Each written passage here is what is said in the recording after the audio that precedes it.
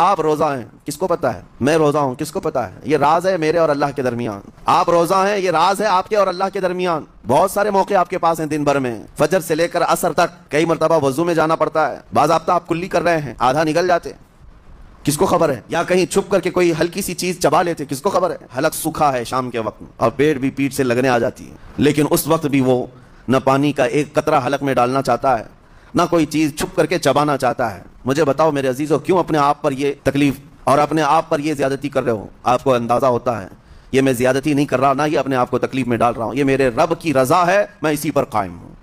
خدیجہ پورے مکہ میں طاہرہ کے نام سے جانی جاتی ہیں, سب سے پاکیزہ خاتون. عزت تو ایسی تھی کہ ادنا سے ادنا آدمی بھی اور اونچا سے اونچا آدمی بھی حضرت خدیجہ کی طرف چہرہ اٹھا کر نہیں دیکھتا. ان کی عزت بڑی تھی. میرے عزیزوں, خاتون شریف کیوں نہ ہوگی؟ اس لیے کہ جس کے پیٹ سے پیدا ہونے والی بیٹی فاطمہ الزہرا ہو, سیدہ کائنات ہو, تو پھر ماں کا عالم کیا ہو سکتا ہے؟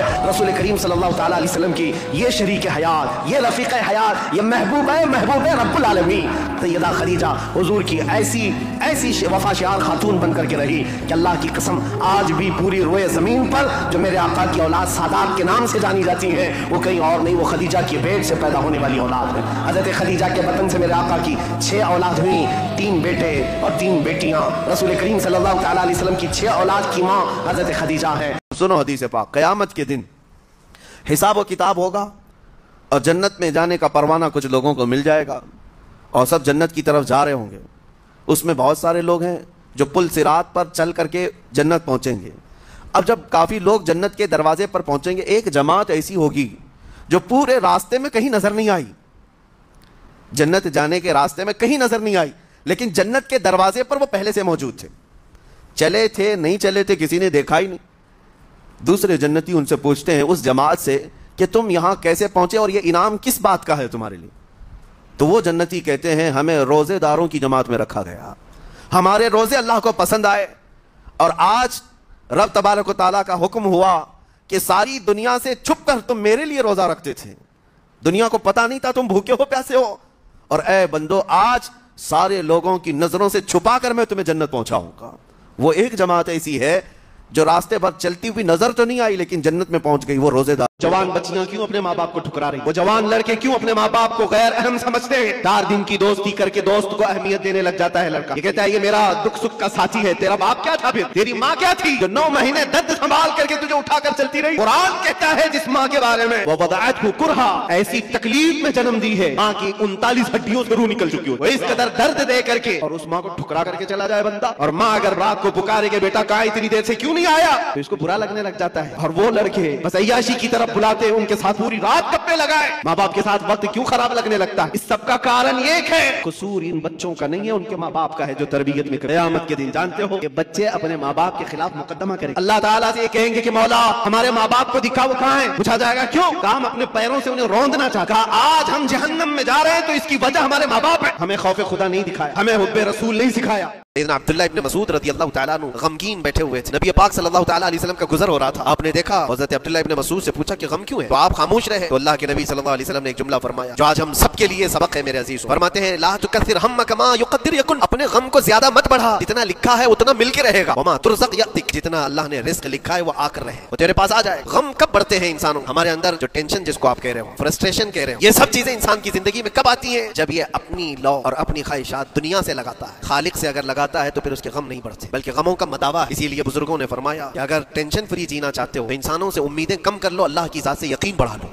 امام اعظم ابو حنیفہ سورہ زلزال پڑھتے رہ گئے. بتاتا ہوں جس امام اعظم نے 4000 ختم قرآن کی, 5 لاکھ حدیثیں انہیں یاد, 1000 سے زیادہ بڑے بڑے محدث شاگرد پیدا, مسائل کا حل بیان کر دیا, امت پر اتنا بڑا احسان ہے. وہ امام اعظم پڑھ کر کے رات کے وقت کیا کہہ رہے ہیں جانتے ہیں؟ ان کے ایک شاگرد ہیں مسعر, میں رات کے وقت جا کر دیکھا میرے استاد ابھی تک کھڑے, جو گئے تھے ابھی تک کھڑے. رات گزر گئی, دروازہ کھول کر پیچھے کھڑے ہوئے تو امام اعظم ہاتھ پھیلا کر یوں رو رہے تھے اللہ کی بارگاہ کہ اے مولا, قیامت کے دن اگر ابو حنیفہ کی بخشش ہو گئی تو تعجب کی بات ہے, مجھ جیسا آدمی بخشے جانے کی 4000 ختم قرآن. پھر یوں کہتے ہیں مولا میرے پاس بخشے جانے کے لائق کچھ ہے نہیں, سفید داڑھی کے. تو نے فرمایا سفید داڑھی والے کو عذاب دینے میں مجھے حیا, سفید داڑھی کو دیکھ کر مجھے معاف کر. قرآن میں محو ہونے والوں کا انداز ہے, اور ہمارے ہاں برسوں ہو جاتے ہیں ہم خوف الہی سے نہ روتے ہیں نہ ہی ہمارے جسم ہلتے ہیں۔ جو نوجوان ہیں میں ان سے گزارش کروں نیت کر لو سال نیت اللہ کی بارگاہ میں کہ مولا مجھے تحسین فرج عطا فرما، میری شرمگاہ کی حفاظت عطا فرما، مجھے وہ نیک خاتون دے جو مجھے دنیا سے ہٹا کر جنت کی طرف لے جائے، مجھے دنیا کی محبت سے نکال کر اللہ اس کے رسول کی محبت ڈالے۔ تمہاری نیتوں سے اللہ تبارک و تعالیٰ وہ چیز تمہیں عطا کرے۔ پہلے سے اگر یہ سوچتا ہے جوان ایسی دلہن ملے جو 4 لوگوں میں کھڑا کروں تو لوگ اسے دیکھتے رہے، ہے آدمی جو اپنی عورت کا مظاہرہ کرانا چاہتا ہے، شادی اس لیے کرنا چاہتا ہے کہ 4 لوگوں میں اس کی خوبصورتی دکھائے، اس شخص کے بارے میں میرے آقا فرماتے ہیں وہ جہنمی ہے، وہ جہنمی ہے، وہ جہنمی ہے، 3 بار فرمایا۔ پوچھا کون؟ حضور فرماتے ہیں جو اپنی عورت اس کے شوہر کے بغیر بے پردہ باہر نکلتی، یا جو مرد اپنی عورت کو آزاد گھماتا ہے اس کے بارے میں کہا گیا وہ دیوس ہے، جہنمی۔ تمہاری نیتیں صالح ہو، تمہاری نیتیں پاکیزہ ہو تو اولاد بھی آئے۔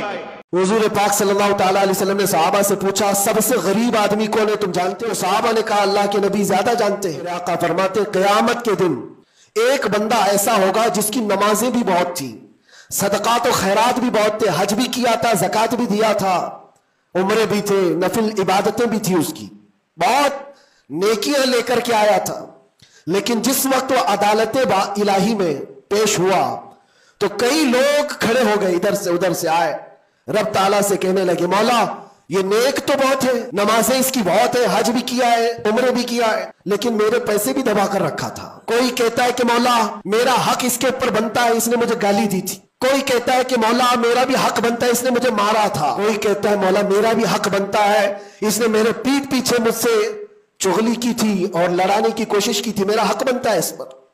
تو یہ سارے حق طلب کرنے والے بندے کھڑے ہو جائیں گے۔ اللہ تعالیٰ فرماتا ہے تم لوگوں کو اس سے کیا چاہیے؟ سارے بندے کہتے ہیں مولا ہم تو گنہگار ہیں، نیکیوں کی کمی ہے، اس کے پاس نیکیاں زیادہ ہے، اس کی نیکیاں ہمیں دلا دے۔ اب عدالت الہی کا یہ فیصلہ سنو، اللہ فرشتوں کو حکم دیتا ہے اس کے پاس جتنی نیکیاں ہیں وہ ان سب میں تقسیم کرو۔ جب فرشتے اس کی نیکیاں نکال کر تقسیم کر رہے تھے، نیکیاں اس کی پوری ختم ہو گئی، حقداروں کا بھی حق پورا ہوا نہیں۔ وہ کہنے لگے مولا ہمارا بھی حق ہے اس کے اوپر۔ اللہ تعالیٰ فرماتا ہے اب اس کے پاس تو نیکیاں پوری ختم ہو گئی، تم چاہتے کیا ہو؟ وہ گنہگار تھے، وہ کہتے مولا ہم یہ چاہتے ہیں کہ ہمارے گناہ اٹھا کر کے اس پر ڈال دیں، ہمارا بوجھ تو کم ہو جائے۔ حکم ہوگا رب تعالیٰ کا کہ اس کے اوپر ان کا حق بنتا ہے، لہٰذا ان کے گناہ اٹھا کر کے اس کے اوپر ڈالو۔ حدیث پاک میں میرے آقا فرماتے لے کے تو چلا تھا بہت ساری نیکیاں، لیکن وہاں سب بٹ گئی، الٹا دوسروں کے گناہ اپنے سر پر لے لیا اور سیدھے اس کو فرشتے جہنم میں لے کر جاتے ہیں۔ یہ قیامت کے دن کا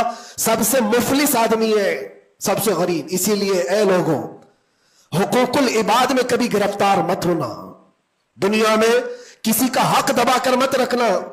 کسی کو اگر تم نے اپنی زبان سے ایذا دیا ہے، تکلیف دی ہے، یا ہاتھ سے دیا ہے، یا کسی بھی طرح سے دیا ہے، تو قیامت کے دن اس کا حق لیا جائے گا۔